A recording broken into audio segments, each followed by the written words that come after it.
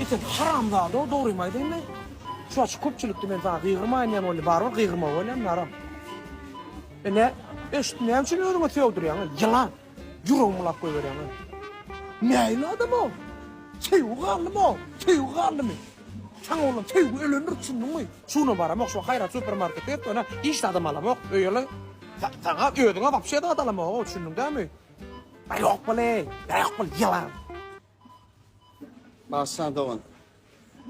Siz gelinizle ulaştınız. Ben gördüm görmese de kulağım o istiyor. Benim şu dağıtları gelinim sebep bol almamı. İkten adını alır ya. Biz o atmış ya. Ben gerçek gören maksatım. Ne diyeceğim bir gelinliğine anlatıyor maşkalarını böyle öyle sağa açıklarının ece böyle bir yatıp yatıp duruyor. Onun bir açık mekirler son böyle.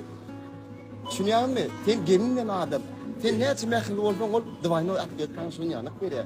Bunu yani agresif olsan ol. Onun oğlum sizin beter oluyor. Şey de değişip duruyor. Bir şey ilaçsız bir Xudaya şükür. 7 ilaçsız. Barca yedekte uçtu.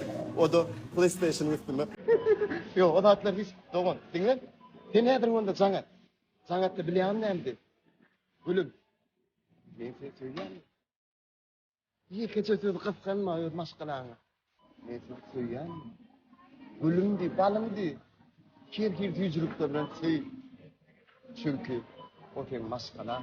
İkiniz bir yatıp duruyor da. Başından kovuğuna emen diyene, sen başarırdın. Ne derim onda sana? Ya, onda yok mu? Ben gidelim. Yo, bağ, çadır çok olmasana. Sana gelinine de neme yürüyüp koyamarken de ahap panik yaptı da. Koy yapın koyuyorsun onu sen. Birden değil mi? Ya birden ne taraftasına hem karavan olur. Görüyor musun? Ben mehalle bu. Hangi gelsen hafta var.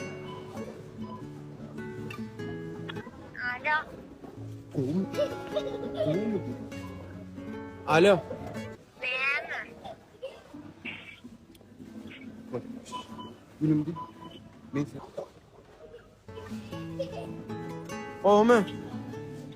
Oy, bol teşekkürlesene. Arkadaşlar yok mu? Böyle koşuş. Ne diye? Sen yani koşuş. Ben seni seviyorum. Yanlış Müslümanken. Dersilen neredeyim kızım diyemem. Bilgin. Sakalımda da değmedim. Uzbakhoca. Ana gördün mü? Hem de yon kokuluktur. Benim seni seviyorum o kadar şunu mu? Neden yerinden yılan. Hem de yon kokuluk. Üye de varam yok şunun değil mi? Ne gördüm değil mi? Bara. Masaya atın var mı öyle? Masaya atın.